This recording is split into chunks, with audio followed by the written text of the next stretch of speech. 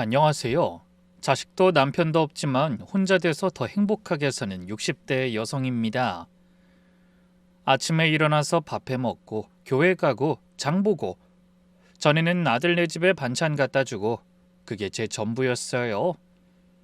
제 나이면 손주 보고 편하게 살 때라고 하는데 저는 밤마다 천장을 보면서 이 생각을 해요.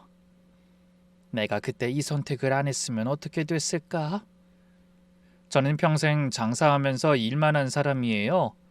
목소리 크게 내본 적 없고 싸움이라는 걸 해본 적도 없어요.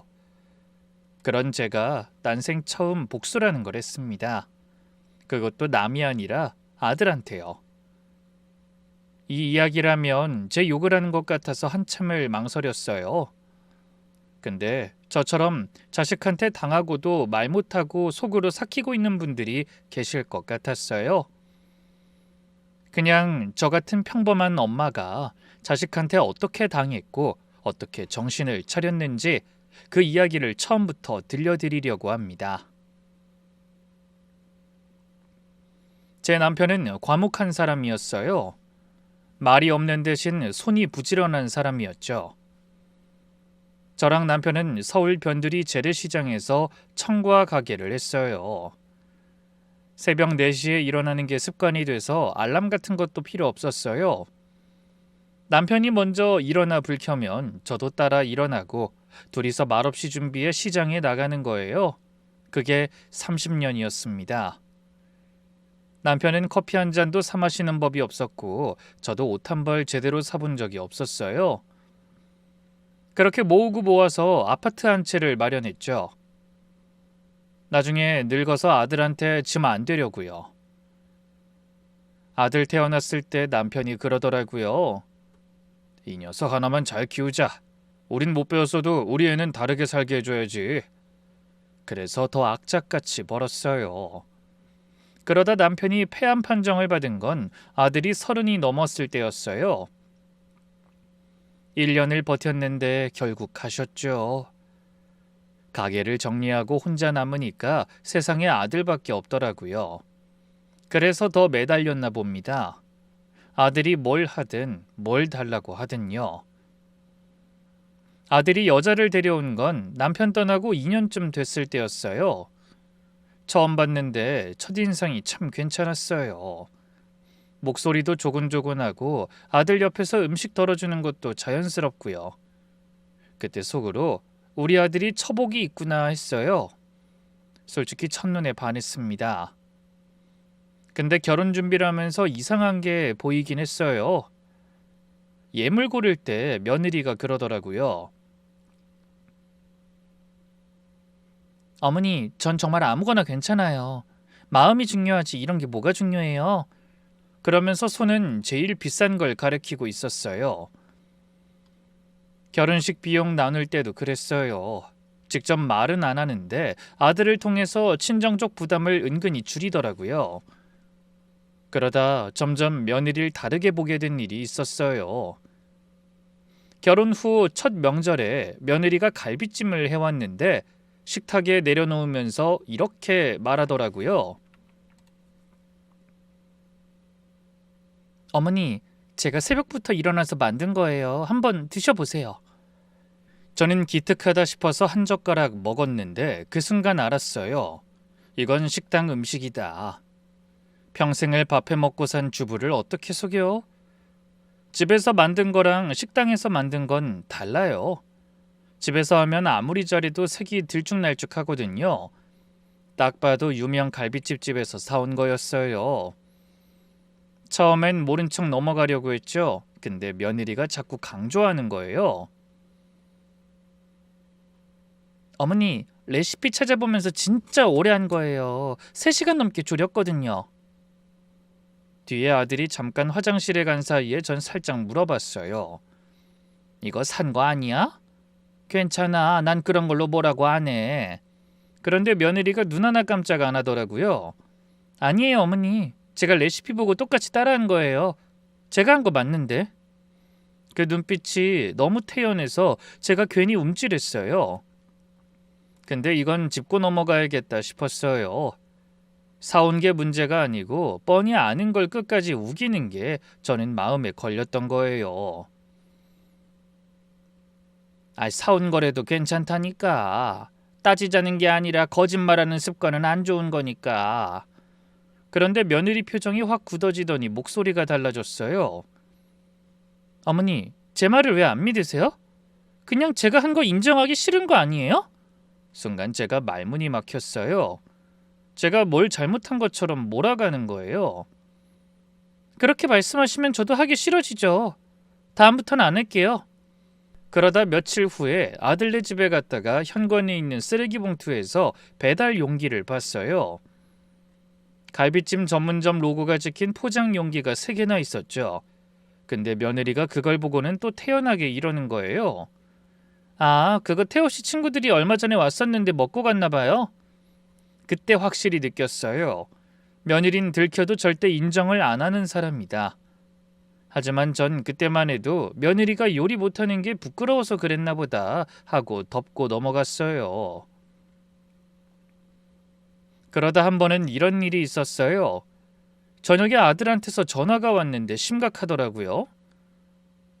엄마, 서연이 친정이 지금 좀 힘든 상황이야. 장모님이 편찮으신데 병원비가 급해서. 사돈 댁에 식당을 하다가 망해서 빚을 졌다는 건 알고 있었어요. 그래서 안타까운 마음에 얼마나 필요하냐 물으려는 순간이었어요. 그때 전화 너머로 며느리 목소리가 들렸습니다. 병원비라고 하고 임신 얘기도 섞어. 아들은 제가 들은 줄 모르고 바로 말을 이어가더라고요. 엄마, 그것 때문에 서연이가 요즘 스트레스를 너무 많이 받아서 임신도 잘 안 되는 것 같아. 엄마가 좀만 도와주면 안 될까? 저는 순간 아무 말도 못했어요. 방금 들은 며느리의 속삭임과 아들이 그대로 읽어내는 대사가 머릿속에서 겹쳤거든요. 손이 떨렸어요. 근데 더 무서운 건 그 다음이었어요. 며칠 후에 며느리가 직접 전화를 했더라고요. 목소리가 완전히 달랐습니다. 아들 옆에서 속삭이던 그 목소리가 아니라 주눅이 잔뜩 들고 미안해하는 목소리였어요. 어머니, 그 사람이 뭐라고 했는진 모르겠는데 신경 쓰지 마세요.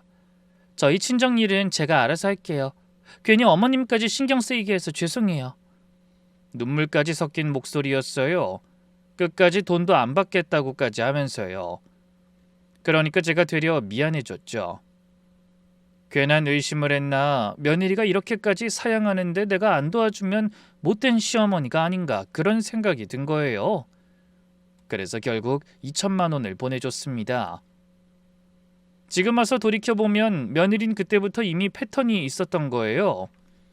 본인이 직접 달라는 소린 절대 안 하고 대신 아들을 시켜서 말하게 하고 그러면 제가 알아서 더 챙겨주게 되는 구조였죠.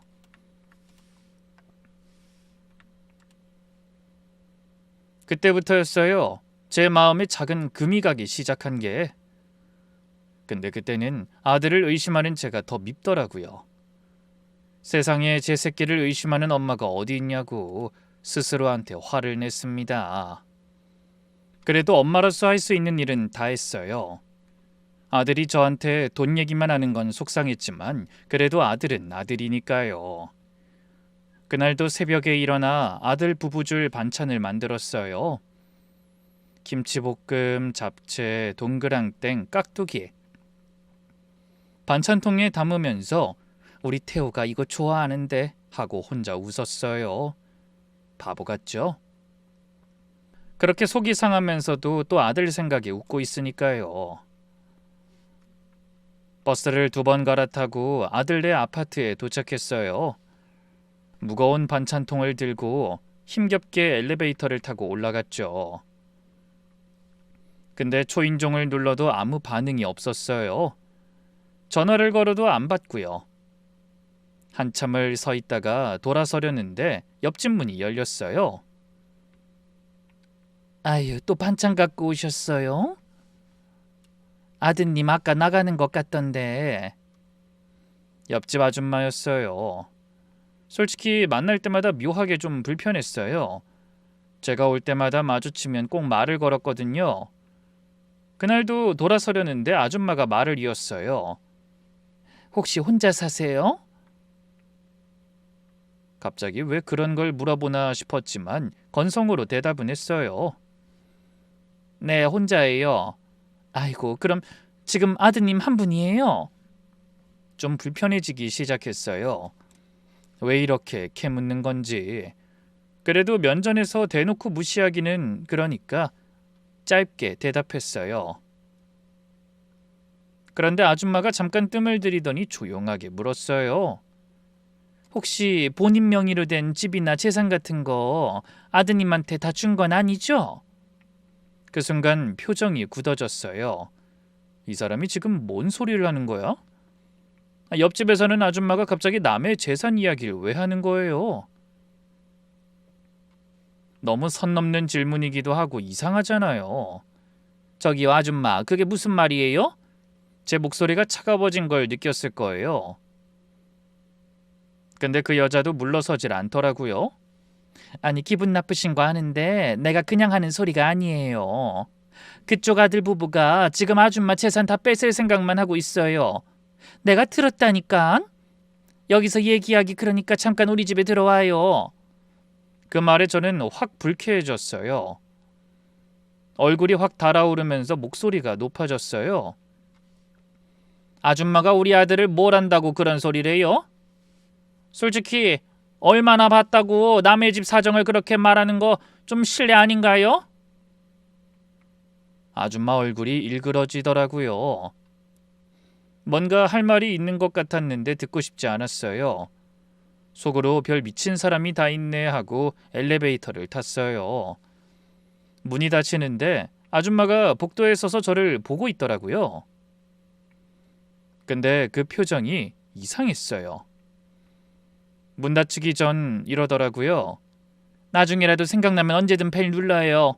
난 항상 집에 있으니까. 집에 돌아와서도 부글부글 끓었어요. 솔직히 화가 나는 게 그 아줌마가 아니라 그 말이 마음에 걸리는 저 자신한테였어요. 왜 흔들리는 거야? 우리 아들이 그럴 리가 없잖아. 옆집 아줌마의 말을 무시하려고 했어요. 근데 그 말이 머릿속에서 안 떠나더라고요. 설마 하면서도 자꾸 이상한 게 눈에 보이기 시작했어요. 하루는 아들이 전화가 왔어요. 엄마, 아파트 등기부등본 어딨어? 관리비 정산 때문에 필요해서. 관리비 정산에 등기부등본이 왜 필요해요? 예전 같았으면 아무 생각 없이 갖고 가라고 했을 거예요. 근데 그 아줌마 말 때문인지 순간 손이 멈추더라고요. 그래도 설마 하면서 넘겨줬어요. 내가 너무 예민한 거라고 스스로를 다독였죠. 그러다 결정적인 일이 생겼습니다. 어느 날 아들 집에 깜빡 옷을 두고 나와 가지러 갔어요. 마침 아들이 문을 열어줬는데 잠깐 화장실에 간 사이에 제 눈에 뭔가 들어왔어요. 현관 신발장 위에 서류 봉투가 하나 놓여 있었거든요. 법무사 사무실 봉투였어요.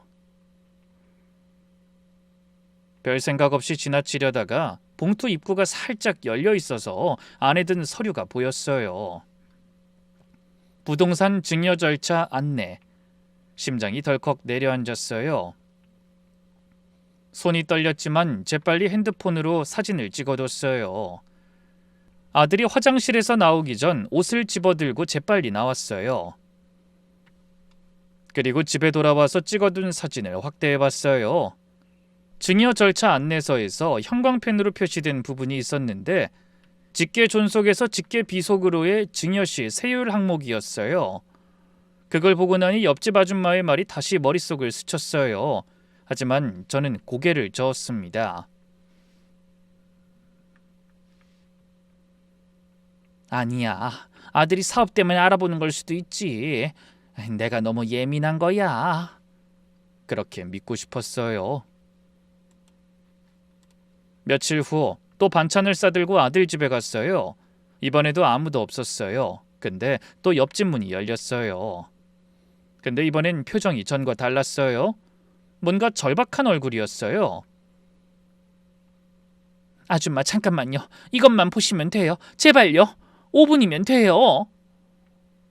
저는 솔직히 불쾌했어요. 지난번에 아들 욕을 해놓고 또 뭔 소리를 하려는 건가. 하지만 이 아줌마의 눈이 진짜 간절해 보여서 발이 안 떨어지더라고요. 아줌마가 자기 집 안으로 들어오라고 하더니 거실에 놓인 작은 모니터를 가리켰어요. 현관 앞에 달린 보안 카메라 화면이었어요. 혼자 살다 보니 보안용으로 소형 카메라를 달아놓은 건데 이 화각이 넓어서 제 아들 집 현관 앞 복도까지 일부 찍히더라고요. 아줌마가 녹화 영상을 돌렸어요. 첫 번째 영상은 며칠 전 오후에 찍힌 거였어요. 며느리가 현관 앞에서 양복 입은 남자를 만나고 있었어요. 두 사람이 서류를 주고받는 모습이 찍혀 있었는데 그 남자가 들고 있는 봉투가 신발장 위에서 봤던 그 법무사 사무실 봉투와 똑같았어요. 이어서 두 번째 영상을 보여줬어요. 다른 날 저녁에 찍힌 건데 아들과 며느리가 현관 앞 복도에서 나직하게 이야기하고 있었어요. 음성은 잘 안 들렸지만 아줌마가 그날 자기 현관문 안쪽에서 그 대화를 직접 들었다고 했어요. 아줌마가 기억을 더듬으며 말해줬어요. 아드님이 엄마한테 돈 먼저 빌리는 거야. 이혼 핑계 대면 넘어와. 그 다음에 서류 받아내면 끝이지. 그랬더니 눈치채면 어쩌냐고 며느님이 물으니까 아드님이 웃으면서 우리 엄마가 뭘 알겠어 그랬어요. 진짜 이거 아줌마를 아주 우습게 보고 있는 거라니까요. 우리 엄마가 뭘 알겠어. 그 말이 가슴에 못처럼 박혔어요. 저는 한참 동안 화면을 멍하니 바라보다가 아줌마한테 물었어요. 근데 나한테 왜 이걸 보여주는 거예요? 나랑 아무 사이도 아니잖아요. 뭘 바라는 거예요? 그때 아줌마 얼굴이 변했어요. 강한 사람 같았는데 갑자기 입술이 떨리더니 눈에 눈물이 고이더라고요.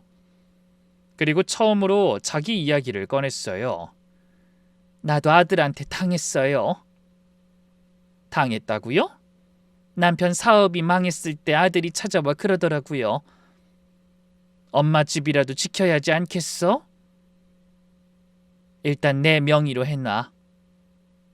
그래서 유일하게 남은 아파트를 아들 명의로 넘겼는데 아들이 그걸 담보로 대출을 받아서 전부 날려버렸어요. 결국 이혼당하고 월세방 전전하다 겨우 언니가 도와줘서 여기 사는 거예요. 가만히 고개를 숙인 채 옆집 아줌마 이야기를 계속 들었어요. 우리 언니 아니었으면 난 진작 죽었을 거예요. 그러니까 아줌마, 내가 아줌마한테 뭘 바라는 게 아니에요. 난 이미 늦었는데 아줌마는 아니잖아요. 그 말을 듣는데 제 안에서 뭔가가 무너졌어요. 이 사람이 사기꾼이 아니라는 걸, 그리고 그 눈물도 거짓이 아니라는 걸 느꼈거든요. 저는 아줌마 손을 잡았어요. 그냥 아무 말도 안 하고 한참 동안 잡고만 있었어요. 그날 우리 두 사람 다 울었습니다. 옆집 아줌마가 보여준 영상 이후로 저는 반쯤은 믿고 반쯤은 믿기 싫은 상태였어요. 왜 머리로는 알겠는데 가슴이 안 따라갈 때가 있잖아요. 밥을 먹어도 맛을 모르겠고 TV를 틀어도 소리가 안 들렸어요. 계속 같은 장면만 떠올랐어요. 그러면서 우리 아들이 설마 정말 엄마한테 그런 짓을 하겠어? 자기 낳아준 엄마한테? 아들이 다른 뜻으로 한 말을 아줌마가 오해한 건 아닐까? 전 계속 아들 편을 들어주고 싶었어요. 아직은요. 그러고 며칠이 지났을 때였어요. 아들이었는데 첫 마디부터 떨리고 있었어요. 코를 훌쩍이는 소리가 섞여 있었고요. 엄마, 나 큰일 났어. 왜? 무슨 일이야? 서연이가 이혼하자고 했어. 나하고는 더 이상 못 살겠다고. 정리하자고. 엄마, 나 어떡해? 아들 목소리가 진짜 울고 있었어요. 코가 막혀서 말을 제대로 못할 정도로요. 저는 반찬을 내려놓고 바로 택시를 잡았어요. 아무리 그래도 이혼이라니. 그리고 아들 집 현관문을 열고 들어서는데 집안이 엉망이더라고요. 옷이 바닥에 널려 있고 옷장문이 활짝 열려 있고요.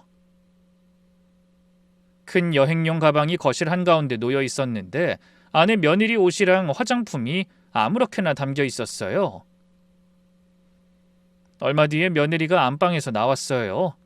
눈이 퉁퉁 부어 있었고 화장기 없는 얼굴이 창백했어요. 절 보더니 잠깐 멈추더니 고개를 숙였어요. 어머니, 죄송해요. 서연아, 이게 무슨 일이야? 앉아서 얘기 좀 하자. 어머니, 얘기해봤자 달라지는 게 없어요. 저 진짜 더 이상 못 살겠어요. 며느리가 가방 지퍼를 닫으면서 현관 쪽으로 가더라고요. 저는 며느리 팔을 잡았어요. 서연아, 잠깐만. 부부가 싸울 수도 있는 거지. 이혼이 뭐야? 뭐가 문제야? 나한테 말해봐. 며느리가 제 손을 살짝 뿌리치더니 눈물을 글썽이면서 말했어요. 어머니, 저도 참을 만큼 참았어요. 죄송해요. 진짜 죄송해요. 그리고 가방을 끌고 나갔어요. 현관문이 닫히는 소리가 쿵 하고 울렸어요. 저는 멍하니 닫힌 문을 바라보다가 아들한테 달려갔어요. 아들은 소파 끝에 쭈그려 앉아서 두 손으로 얼굴을 감싸고 있었어요. 어깨가 들썩이고 있더라고요. 태호야, 엄마 좀 봐. 아들이 고개를 들었는데 코끝이 벌겋더라고요. 어린애처럼 울고 있으니까 아무리 의심이 들어도 엄마로서 가슴이 찢어지더라고요. 저도 모르게 아들 머리를 끌어안았어요. 아들이 한참을 울다가 겨우 말을 시작했어요. 끊어지는 목소리로 하나씩 꺼내놓더라고요. 엄마, 사실은 지금 내 사업 상황이 많이 안 좋아. 적자가 계속 쌓여서 빚이 좀 있어. 빚이 얼마나 됐는데 그래? 7천 정도. 지금 서연이가 그것 때문에 이혼하자는 거야? 그것만은 아니야. 서연이가 이혼하면서 재산 분할을 하겠대. 변호사를 만나봤다더라고. 엄마, 재산 분할하면 내 이름으로 된 거 다 반으로 쪼개는 거야. 근데 지금 빚이 있으니까 재산 분할해도 남는 게 없어. 아니, 신용불량자 될 수도 있어. 아들이 두 손으로 머리를 쥐어뜯으면서 말을 이었어요.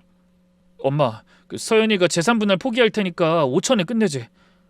근데 나한테 지금 그 돈이 어디 있어? 아들이 고개를 들고 저를 똑바로 봤어요. 엄마, 5천만 원만 빌려줘. 정리되면 바로 갚을게. 제발 엄마, 나 지금 진짜 벼랑 끝이야. 5천만 원. 그 숫자가 머릿속에서 맴돌았어요. 전에 며느리 친정 병원비 명목으로 2천을 줬거든요. 그것도 채 몇 달이 안 됐는데 이번엔 5천이에요. 남편이랑 몇 년을 아끼고 모은 돈이 몇 달 사이에 다 나가는 거예요. 근데 제 아들이 저렇게까지 하는데 엄마인 제가 어떻게 안 도와줘요. 당장 통장을 열고 싶었어요. 근데 그 순간 머릿속에서 영상이 재생됐어요. 옆집 아줌마가 보여줬던 그 화면. 그 순간 저도 모르게 아들을 안고 있는 팔에 힘이 빠져가는 게 느껴졌어요. 저는 눈물을 삼키면서 최대한 평소처럼 말했어요. 태호야, 5천만 원이 적은 돈이 아니잖아. 엄마도 준비가 필요해. 며칠만, 알았지? 아들이 입을 닫았어요. 불만이 있는 것 같았지만 더 밀어붙이지는 않더라고요. 문을 열고 나오면서 복도를 봤어요. 옆집 문이 닫혀 있었어요. 엘리베이터를 기다리는데 방금 전 우리 아들이 서럽게 울던 모습이 눈앞에 아른거렸어요. 그리고 그 위로 우리 엄마가 뭘 알겠어 하던 아들의 모습이 함께 떠올랐어요. 같은 사람이에요. 같은 아들이에요. 무릎 꿇고 우는 아들과 엄마를 비웃는 아들이 같은 사람이라는 게 견딜 수가 없었어요. 집에 도착해 문을 닫자마자 무릎에 힘이 풀려서 현관바닥에 주저앉았어요. 신발도 못 벗은 채로 한참을 그렇게 앉아 있었어요. 그냥 세상이 텅 빈 느낌이었어요. 겨우 기어서 남편 영정사진 앞에 앉았어요. 여보, 우리 아들을 이제 모르겠어. 이혼한다는 것도 거짓말일까? 당신이 말 좀 해줘, 응? 그날 밤 잠이 오지 않았어요.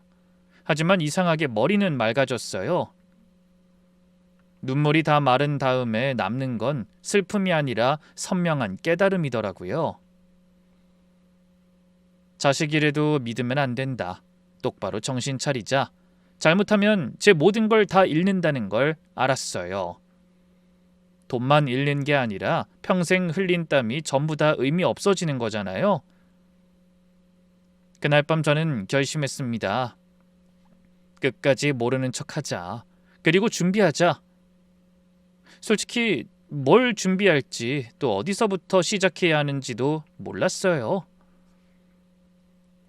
하지만 자식이라고 당하고 살진 않겠다는 것, 그것 하나만은 확실했습니다. 남편 사진을 한 번 더 바라봤어요. 나 한번 해볼게. 당하고만 안 있을 거야. 당신이 나 좀 지켜줘. 그 밤이 지나고 나서 저는 달라졌어요. 속은 완전히 다른 사람이 됐습니다. 다음 날 아침 저는 옆집 아줌마한테 전화를 했어요. 아줌마, 저예요. 잠깐 침묵이 흘렀어요. 제가 전화한 것 자체가 무슨 뜻인지 아줌마도 알았을 거예요. 아무래도 아줌마 말이 맞는 것 같아요. 왜요? 그 사이에 무슨 일 있었어요? 전화기 너머로 아줌마가 한숨을 쉬는 게 들렸어요. 실은 아들이 이혼한다고 했어요. 며느리가 짐 싸서 나갔고 아들이 울면서 돈을 달라고 하는데 합의금으로 5천만 원이 필요하대요. 아줌마가 잠깐 말이 없더니 조심스럽게 물었어요. 혹시 줬어요? 아니요, 아직 안 줬어요. 며칠 생각해 보겠다고만 했어요. 잘했어요. 그 한마디가 그렇게 위로가 될 줄 몰랐어요. 누군가가 제 편에서 잘했다고 말해주는 게 그 순간엔 세상에서 제일 필요한 말이었어요. 아줌마, 나 좀 도와줄 수 있어요? 안 그래도 연락 기다리고 있었어요. 아줌마가 바로 말하더라고요. 그날 오후 아들 집이 아니라 옆집 아줌마 집에 갔어요. 전에는 불쾌해서 돌았었던 그 집에 이번엔 제 발로 들어갔습니다. 아줌마가 모니터를 켰어요. CCTV 영상이었어요. 일단 이것부터 보세요. 어젯밤에 찍힌 거예요. 화면에 복도가 보였는데 밤 11시쯤이었어요. 그리고 며느리가 나타났어요. 큰 가방을 끌고 있었는데 아까 낮에 짐 싸서 나간 그 가방이었어요. 며느리가 아들 집 현관 비밀번호를 누르고 들어가고 있었어요. 나간 지 3시간 만이었어요. 저는 화면을 멍하니 바라봤어요. 가슴이 아픈 것도 아니고 화가 나는 것도 아니었어요. 그냥 허탈했어요. 아, 다 쇼였구나. 더 있어요. 아줌마가 또 다른 영상을 보여줬어요. 같은 날 밤 며느리가 들어간 지 1시간쯤 후에 찍힌 건데 현관문이 살짝 열려 있었나 봐요. 소리가 어렴풋이 들렸어요. 아줌마가 볼륨을 최대로 올렸어요. 그러자 며느리 목소리가 들렸는데 낄낄대며 웃고 있었어요. 저한테는 죄송하다고 하면서 눈물 글썽이던 그 사람이 몇 시간 만에 웃고 있는 거예요. 어머니 완전히 넘어간 것 같지? 봤어? 울면서 내 팔까지 잡았잖아. 아들 목소리가 이어졌어요. 그러니까 내가 눈물 흘릴 때 우리 엄마 표정 봤어? 바로 흔들리더라. 5천만 원 먼저 받고 다음에 인감증명서 받아내자. 서류만 손에 넣으면 돼. 근데 엄마한테 뭐라고 해? 인감증명서를. 명의 확인한다고 하면 되지. 아파트 명의 확실히 해두자고. 그럼 의심 안 해. 저는 화면 앞에서 움직일 수가 없었어요. 온몸이 굳어버린 것 같았어요. 아줌마가 모니터를 끄고 저를 바라봤어요.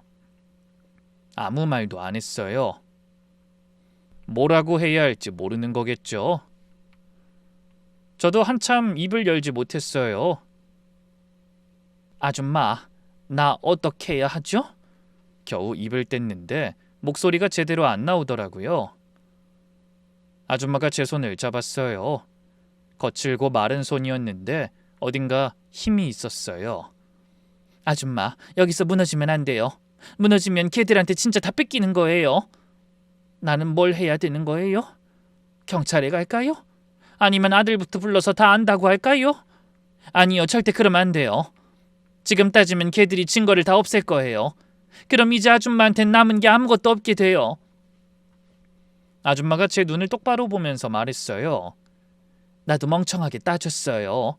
아들한테 네가 이러는 거 다 안다고 했어요. 그랬더니 어떻게 됐는지 알아요? 나더러 치매 아니냐고 그러더라고요. 그리고 일주일 만에 집 담보대출을 다 받아버렸어요. 내가 알아차렸을 땐 이미 늦었고요. 아줌마 눈에 눈물이 고이더니 금방 닦아냈어요. 그 모습만 봐도 알겠더라고요.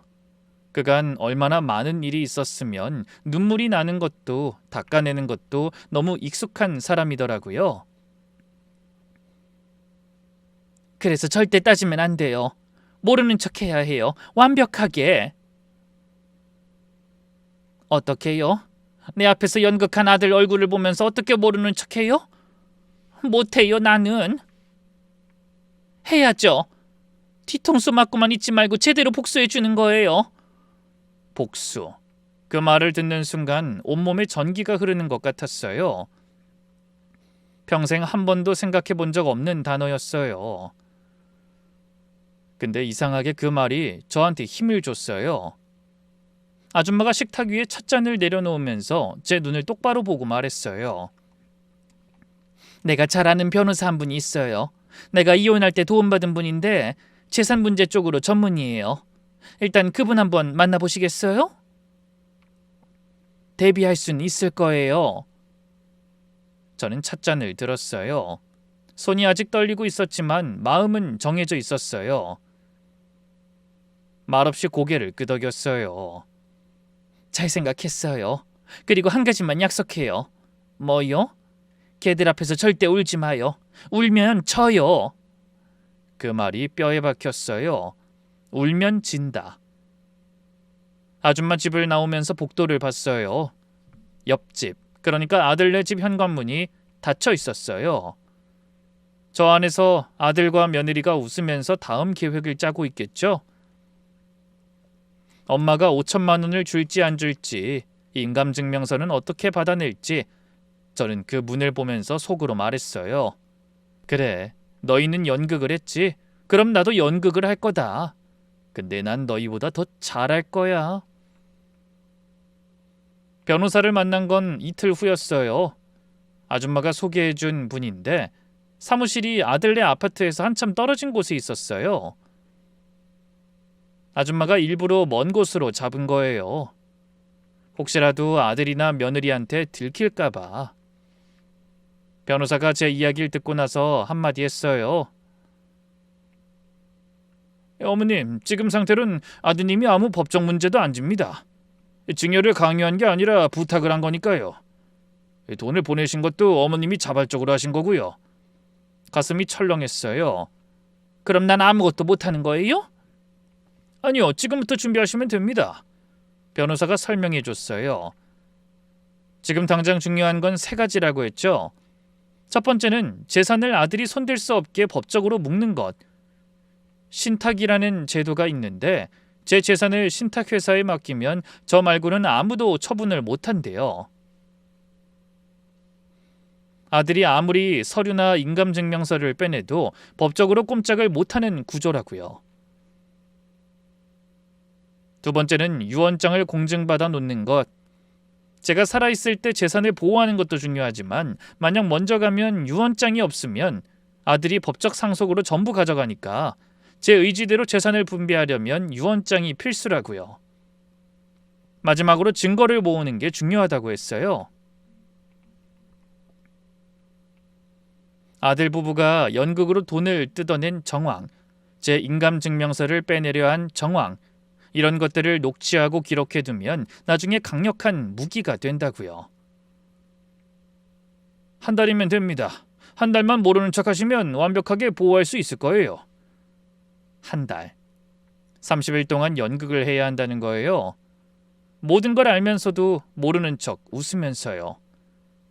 하실 수 있겠어요? 변호사가 물었어요.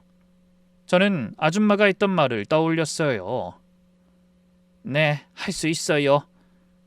집에 돌아와서 아들한테 전화했어요. 최대한 평소 목소리를 내려고 노력했어요. 태호야, 엄마가 생각을 해봤는데 너한테 5천 줄게. 전화기 너머로 아들이 숨을 크게 들이쉬는 게 들렸어요. 안도하는 소리였어요. 엄마 진짜? 진짜 괜찮겠어? 우리 아들이 이렇게 힘든데 엄마가 도와야지. 당연한 거 아니야. 엄마 고마워. 진짜 고마워. 이혼 정리되면 내가 바로 갚을게. 속으론 이가 갈렸지만 목소리는 따뜻하게 유지했어요. 갚을 생각하지 마. 엄마가 아들 도와주는 건데 뭘. 아들이 또 울먹이더라고요. 아마 며느리가 그 옆에서 엄지를 치켜 세우고 있었겠죠.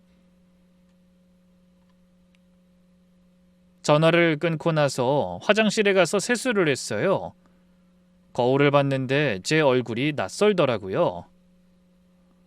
방금 아들한테 그렇게 자연스럽게 거짓말을 한 사람이 저라는 게 믿기지 않았어요.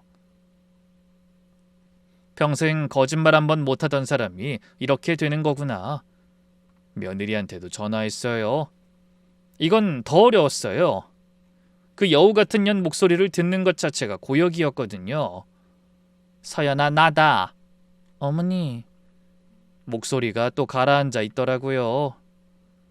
연기하고 있는 거예요. 이혼은 안 돼. 부부가 힘들 수도 있는 거지. 내가 도와줄 테니까 다시 생각해봐. 응? 어머니, 전 그동안 너무... 내가 태호한테 돈도 보내줄 거야. 일단 급한 거 해결하고 둘이 차근하게 풀어봐. 응? 전화기 너머 잠깐 침묵이 흘렀어요. 며느리가 뭔가를 참고 있는 것 같았어요. 웃음이었겠죠? 전 그걸 느꼈어요. 수화기 너머로 얘가 입꼬리를 올리고 있다는 게 느껴졌어요. 전화를 끊고 핸드폰을 식탁에 내려놨어요. 손이 덜덜 떨렸어요. 분노 때문이었어요. 이것들이 날 속이며 뒤로는 웃고 있었다는 걸 아는데 전 거기에 맞춰서 착한 시어머니 연기를 해야 했으니까요. 그날부터 저는 두 개의 삶을 살았어요. 하나는 변함없이 반찬을 챙겨다 줬어요. 다행히 아들 부부는 점점 안심하는 듯 했죠. 제가 완전히 넘어왔다고 확신했을 거예요. 또 다른 삶은 이랬어요. 변호사 사무실을 오갈 때는 항상 다른 경로로 다녔어요. 아들이 혹시 제 동선을 볼까봐. 신탁 설정에 필요한 서류를 준비하고 유언장 초안을 작성하고 공증 일정을 잡았어요. 아들과 통화할 땐 녹음 앱을 항상 켜놓았고요. 아들한테 5천만 원을 보내는 날 이체 화면을 캡처해뒀어요. 통화 내용도 전부 녹음하고요. 아들이 이혼 합의금으로 쓴다는 말, 또 정리되면 바로 갚겠다는 말도 전부 다 기록했어요. 이게 나중에 증거가 된다는 걸 알고 있었으니까요. 그리고 예상대로 5천만 원을 보내고 딱 일주일쯤 지났을 때 아들에게 전화가 왔어요. 엄마, 서연이 측 변호사가 내 재산 조회를 했대. 내 이름으로 된 거 다 뒤지고 있어. 근데 변호사가 그러는데 부모 명의 재산도 실질적으로 자식이 관리하는 거면 재산분할 대상이 될 수 있대. 그게 무슨 소리야? 엄마 아파트를 내가 증여받은 걸로 볼 수 있다는 거야. 지금 엄마 명의니까 상관없긴 한데 이참에 확실히 해야 되는 게 좋을 것 같아. 서류 정리 좀 하면 안 될까? 드디어 왔다 싶었어요. CCTV에서 며느리가 했던 말 그대로였으니까요. 서류 정리? 그거 하려면 뭐가 필요한데? 인감증명서랑 위임장 같은 거. 그 법무사가 확인해봐야 한대. 이 두 개를 손에 넣으면 아들은 제 아파트를 마음대로 처분할 수 있어요. 매매든 담보든 제가 모르는 사이에 할 수 있다는 거죠. 저는 애써 평소처럼 대답했어요. 그래, 필요하면 그렇게 해야지. 전화를 끊자마자 바로 변호사한테 연락했어요. 인감증명서 발급 차단을 요청했어요. 제 인감증명서가 저도 모르게 발급되는 걸 막아달라고요. 그리고 신탁 설정 일정도 조금 더 앞당겨달라고 했어요. 한 달이라고는 했지만 시간이 부족할 수도 있었어요. 아들이 생각보다 빨리 움직이고 있었으니까요. 그러다 그 주에 아찔한 일이 있었어요. 어느 날 오후 집에 있는데 초인종이 울렸어요. 인터폰을 봤더니 며느리였어요. 예고 없이 찾아온 거예요. 심장이 쿵 하고 떨어졌어요. 변호사 사무실에서 받아온 서류 봉투가 놓여 있었거든요. 저는 봉투를 김치 냉장고 뒤로 밀어 넣었어요. 그리고 앞치마를 두르고 도마를 꺼내서 식탁 위에 올렸어요. 마치 요리하다가 문을 여는 것처럼요. 어머 서연아, 어떻게 왔어? 연락도 없이. 며느리가 들어오면서 집안을 둘러봤어요. 무심한 척했지만 눈이 이리저리 움직이는 게 보였어요. 뭔가를 찾는 것 같았어요. 어머니, 요즘 잘 못 주무신다면서요. 그 사람이 걱정하길래 제가 좀 왔어요. 아이고 고마워라. 커피 줄까? 네, 감사해요. 며느리가 거실 소파에 앉으면서 식탁 쪽을 흘끗 봤어요. 식탁 위에는 도마와 칼, 그리고 파 한 단만 있었어요. 커피를 타서 가져다 주는데 며느리가 거실 서랍장 근처를 기웃거렸어요. 어머니, 이 서랍장 새로 사신 거예요? 원래 이 색이었나? 아니야, 예전부터 있던 건데. 며느리 손이 서랍장 위에 놓인 제 가방 쪽으로 슬쩍 가더라고요. 가방 안에 변호사 명함이 들어있었어요. 전 재빨리 가방을 집어들고 안방으로 가면서 말했어요. 잠깐 서연아, 시금치 데친 거 있는데 가져갈래? 잘됐다. 안 그래도 너무 많이 해서. 가방을 안고 이불 밑에 밀어넣고 냉장고에서 시금치를 꺼내서 나왔어요. 심장이 터질 것 같았는데 얼굴은 웃고 있어야 했어요. 며느리가 시금치를 받아들고 갔어요. 전 현관문이 닫히고 나서야 숨을 내쉬었어요. 다리에 힘이 풀려서 주방 바닥에 주저앉았어요. 아이고, 하마터면 큰일 날 뻔했네. 그날 밤 아줌마한테 전화했어요. 어떻게 돼가는지 궁금하다면서 문자가 왔더라고요. 아줌마, 오늘 며느리가 갑자기 우리 집에 왔어요. 서류 봉투 숨기느라 죽는 줄 알았어요. 어머, 들켰어요? 아니요, 간신히 넘겼네요. 다행이다. 아줌마, 근데 서류는 집에 두면 안 돼요. 내가 보관해 줄까요? 그래 주겠어요? 다음날 변호사 서류를 전부 아줌마 집에 옮겼어요. 아줌마의 좁은 월세방 옷장 안에 제 인생을 지킬 서류가 들어갔어요. 이 사람한테 이렇게까지 기대도 되는 건지 불안했지만 다른 방법이 없었어요. 아줌마가 서류를 받아 넣으면서 말했어요. 아줌마, 우리 이제 한 배 탄 거예요? 저도 모르게 웃음이 나왔어요. 한 달 전만 해도 이 사람을 사기꾼이라고 경계했는데 지금은 이 사람이 제일 믿을 수 있는 사람이 됐으니까요. 세상이 참 이상한 거예요. 한 달의 시간은 길었어요. 하루하루가 전쟁이었어요. 낮에는 아들한테 전화하고 반찬까지 만들어 보내고 웃어야 했어요. 밤에는 변호사한테 온 서류 확인하고 녹취록을 정리하고 아줌마랑 통화하면서 다음 단계를 준비해야 했어요. 여전히 며느린 이혼 연극을 충실히 이어가고 있었어요. 가끔 아들한테 전화가 와서 서연이가 변호사 만났대 같은 말을 흘려서 절 불안하게 만들었죠. 그러면 아들이 또 저한테 전화해서 서류 정리 빨리 하자면서 재촉하는 거예요. 저는 갖은 핑계를 대며 계속 미뤘어요. 신탁 설정이 완료될 때까지 시간을 벌어야 했으니까요. 아들이 점점 조급해하는 게 느껴졌어요. 그리고 정확히 일주일이 지나 변호사한테서 연락이 왔어요. 어머님, 신탁 설정 완료됐습니다. 그 한마디에 무릎이 풀렸어요. 안도감이 온몸을 타고 흘렀어요. 끝났다. 이제 아들이 무슨 짓을 해도 제 재산은 안전해요. 법적으로 누구도 건드릴 수 없게 된 거니까요. 그 소식을 듣자마자 아줌마한테 바로 전화했어요. 아줌마, 끝났대요. 신탁 끝났대요. 진짜요? 아이고, 됐어.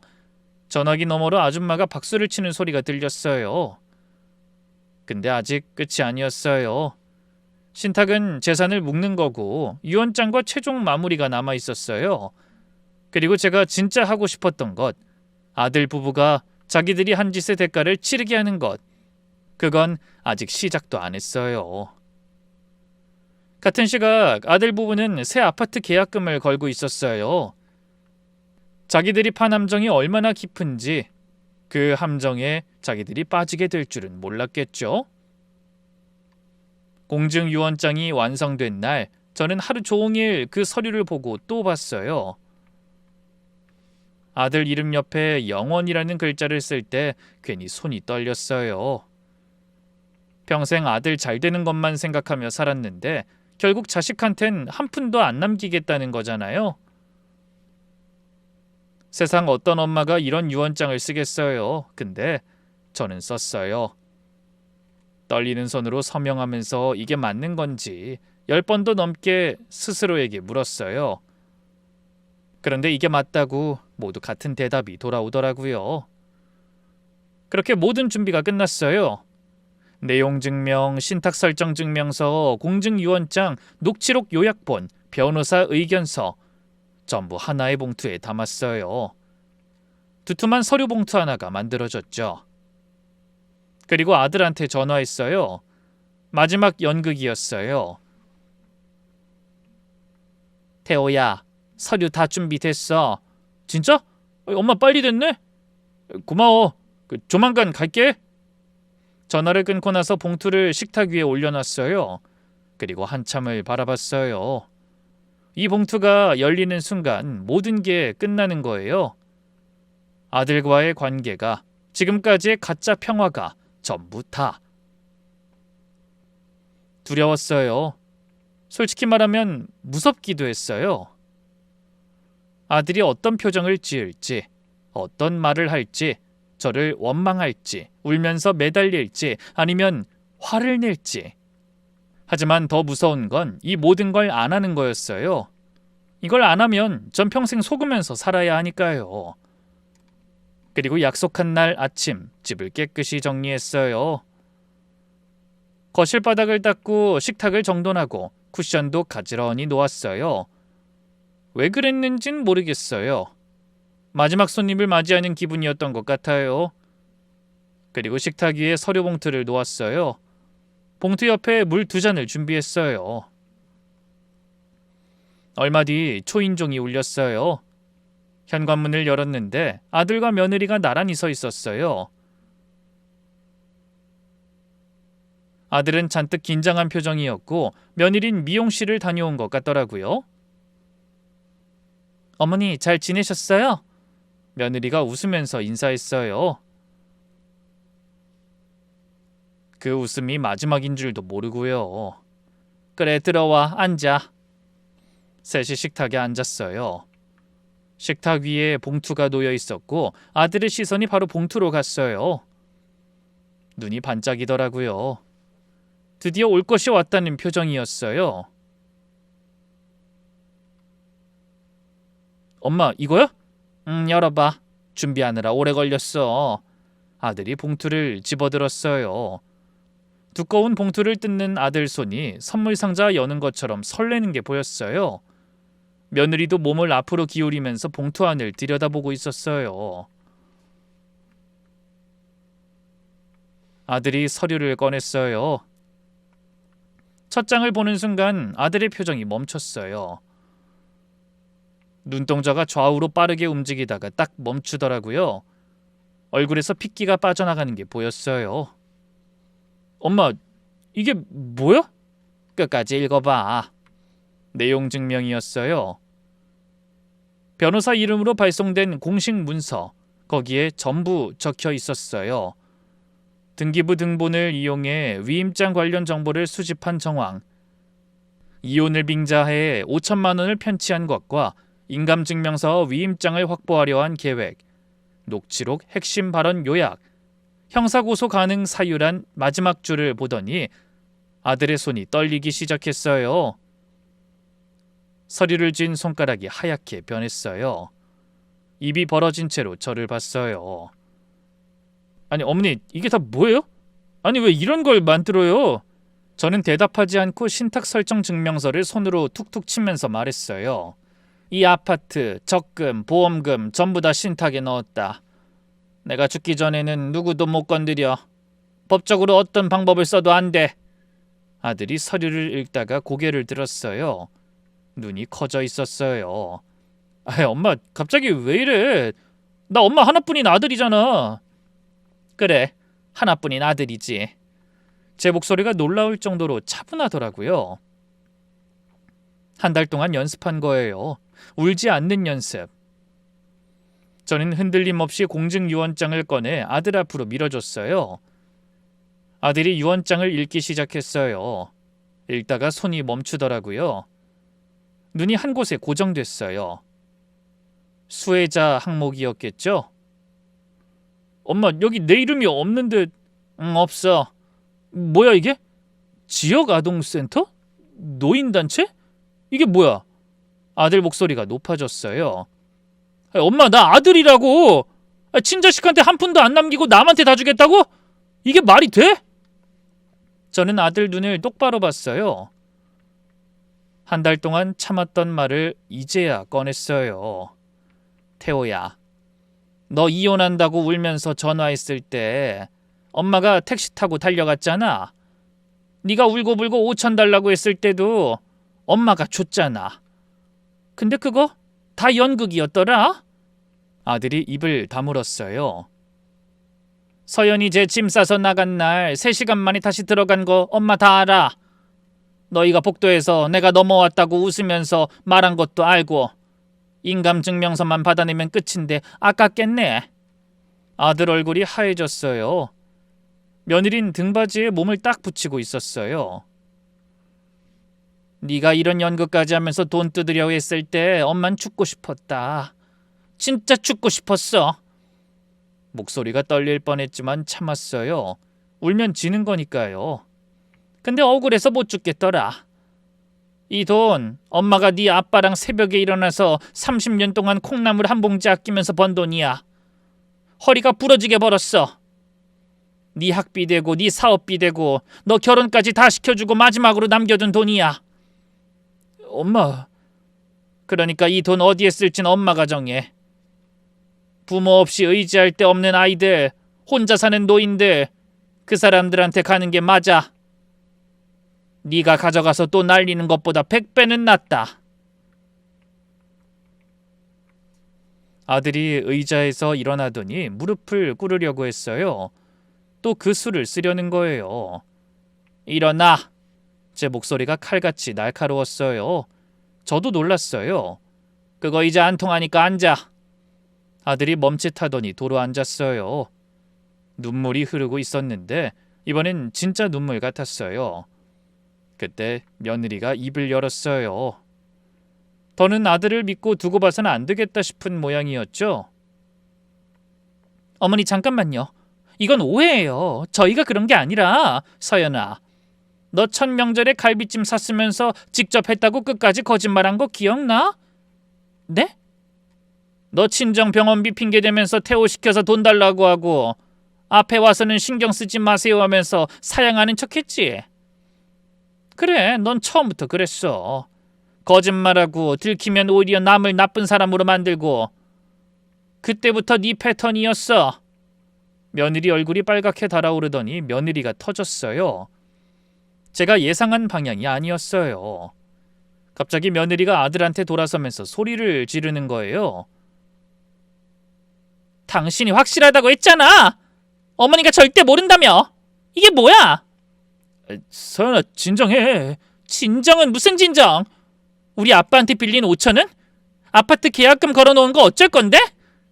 아들 부부는 제 재산을 받을 거라고 확신하고 질러놓은 계약금이었어요.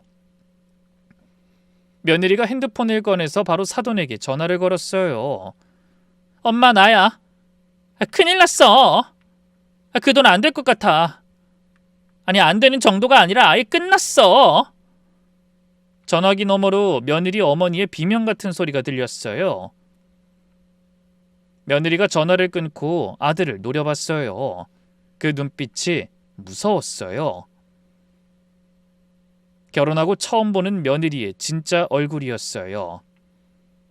나 이혼할 거야. 진짜로. 하여튼 뭐 하나도 제대로 하는 게 없어, 너는. 이혼 연극까지 하던 부부가 이제 진짜 이혼 앞에 서 있었어요. 자기들이 만든 시나리오가 완전히 집어삼킨 거죠. 저는 그 광경을 식탁에 앉아서 바라봤어요. 통쾌하지는 않았어요. 솔직히 말하면요. 그 시원하다는 감정보다 쓸쓸하다는 감정이 더 컸어요. 저게 내 아들이고 며느리인데 저렇게 무너지는 걸 보는 게 유쾌할 리가 없잖아요. 하지만 후회는 없었어요. 아들이 며느리가 나간 뒤에 식탁에 엎드려서 울었어요. 엄마, 미안해. 진짜 미안해. 내가 잘못했어. 다시는 안 그럴게. 제발. 저는 식탁 맞은편에 앉아서 아들을 봤어요. 예전 같았으면 달려가서 안아줬을 거예요. 근데 이번엔 가만히 앉아 있었어요. 태호야, 고개 들어. 너 지금 뭐가 슬퍼서 울고 있는 거야? 아들이 눈물 젖은 얼굴을 들었어요. 엄마, 나 진짜 반성하고 있어. 진짜야. 엄마한테 한 짓이 미안해서 우는 거야? 아니면 돈이 날아가서 우는 거야? 아니, 솔직히 말해봐. 지금 이 식탁에서 엄마가 알았어, 유언장 다시 쓸게 하면 너 눈물 딱 멈추지? 아들이 고개를 숙였어요. 대답이 없었어요. 그래, 그거야. 네가 우는 이유가 그거야. 엄마가 너 어떻게 낳았는지 알아? 28시간 진통하면서 낳았어. 정말 이 악물고 낳았어. 그렇게 낳은 자식이 엄마한테 연극을 하면서 돈을 뜯어가려고 했어. 그때 엄마 심정이 어땠을 것 같아? 아들이 입술을 깨물었어요. 제 목소리가 점점 낮아졌어요. 이 유언장 쓸 때, 네 이름 옆에 영원이라고 적을 때 손이 떨렸어. 내 뱃속에서 나온 자식한테 한 푼도 안 남기겠다는 거잖아. 네가 그렇게 만든 거야. 엄마를 이렇게 만든 게 너라고, 알아? 아들이 고개를 들었어요. 세상이 무너진 사람의 얼굴이었어요. 가! 너하고는 여기까지야. 오늘부로 나한테 자식은 없어. 아들이 일어나지도 못하고 한참 식탁에 앉아 있었어요. 그리고 그 주말에 아줌마를 찾아갔어요. 제가 먼저 진지하게 얘기를 꺼냈어요. 처음에 나한테 아들 얘기했을 때 난 사기꾼인 줄 알았어요. 미안해요. 미안하긴요. 나라도 그랬을 거예요. 나도 마음이 너무 급했어요. 밥을 다 먹고 차를 마시면서 제가 본론을 꺼냈어요. 아줌마, 나 시장에서 반찬 가게 시작해볼까 해요. 우리 가게 바로 옆자리인데 계속 손이 근질근질한데 갈 데가 없으니까 아들한테 매달렸던 것 같아요. 근데 이번 일 겪고 나니까 확실해졌어요. 내 돈은 내가 쓰면서 살아야 하는 거더라고요. 아줌마가 고개를 끄덕였어요. 부러움이 가득한 눈빛이더라고요. 잘 생각했어요. 우리 나이에 뭐라도 내 힘으로 할 수 있는 게 얼마나 좋아요. 저는 찻잔을 만지작거리면서 말했어요. 이 말을 꺼내는 게 좀 떨렸어요. 근데 혼자서는 못하겠어요. 나이도 있고 그 체력도 예전 같지 않고 남편이 있을 땐 둘이 나눠서 했는데 혼자 하려니까 엄두가 안 나더라고요. 나랑 같이 안 해볼래요? 아줌마 손이 멈췄어요. 저를 뚫어지게 보더라고요. 근데 나는 그런 일 해본 적도 없는데. 내가 다 가르쳐 줄 거니까 아줌마 옆에서 도와주기만 하면 돼요. 아줌마가 한참 말이 없었어요. 고개를 숙이고 찻잔만 보고 있었어요. 그 돈은 걱정할 것 없어요. 그냥 믿을 만한 사람하고 같이 일하고 싶은 거예요. 아줌만 날 살려준 사람이잖아요. 같이 해도 좋겠다 싶어요. 아줌마 눈에 눈물이 고이더니 참지 못하고 흘러내렸어요. 참, 이 나이에 누가 같이 일하자고 해줄 줄 몰랐어요. 둘 다 울면서 웃었어요. 60이 넘은 두 여자가 코를 훌쩍이면서 웃고 있었어요. 우리는 그렇게 손을 잡았어요. 그리고 한 달 후에 시장 한 구석에 작은 자리를 얻었어요. 크지 않은 가게였어요. 예전에 남편이랑 하던 가게의 반도 안 되는 크기였지만 충분했어요. 첫날 아침 새벽 4시에 눈이 떠졌어요. 알람을 안 맞췄는데도요. 몸이 기억하고 있었어요. 시장에 나가니까 아줌마, 아니 이젠 동생이 먼저 와 있었어요. 칼부터 갈고 있더라고요. 둘이서 나란히 서서 반찬을 만들기 시작했어요. 제가 양념을 하면 동생이 불 조절을 하고 전 부치면 동생이 담아내고 처음에는 어설펐는데 며칠 지나니까 손발이 맞기 시작했어요. 말없이 눈빛만 봐도 뭘 해야 하는지 아는 그런 호흡이요. 어느 날 동생이 말했어요. 언니, 나 그때 언니 왜 도와준 줄 알아? 미친 사람 취급받을 거 알면서도? 반찬통 들고 돌아가는 뒷모습이 나랑 똑같더라고. 나도 아들한테 반찬에다 주면서 당했으니까 내가 그 뒷모습 보고 못 참은 거야. 자식밖에 모르는 바보 같은 엄마 두고 볼 수가 있어야지. 저는 팔을 썰다가 손을 멈췄어요. 눈물이 나려고 해서 고개를 숙이고 참았어요. 아들하고는 그 뒤로 안 봤어요. 그날 자식은 없다고 한 말 전 지켰어요. 아들이 몇 번 연락이 오긴 했어요. 그 다음엔 집 앞에 온 적도 있어요. 가슴이 안 아팠겠어요? 당연히 아팠죠. 근데 문을 열면 또 당할 거란 걸 알았어요. 이 이야기를 읽으시는 분들 중에 저처럼 자식한테 속고 있는 분이 계실지 모르겠어요. 설마 우리 아들이, 설마 우리 딸이 하고 있을 수도 있어요. 저도 그랬으니까요. 근데 이것 한 가지만 기억해 주세요. 부모라고 당하고만 살면 안 돼요. 내 돈은 내 거예요. 내가 평생 일해서 번 거고 어디에 쓸지도 내가 정하는 거예요. 자식이라고 해서 당연히 가져가야 하는 게 아니죠. 그걸 당연하다고 생각하는 자식은 부모를 사람으로 보는 게 아니라 통장으로 보는 거예요. 그러니 내 것을 지키면서 진심을 알아보는 사람 곁에 함께 사는 게 답인 것 같아요. 남편 자식 없어도 저는 지금이 제일 편하네요. 제 이야기는 여기서 마칠게요. 긴 이야기 들어주셔서 감사합니다.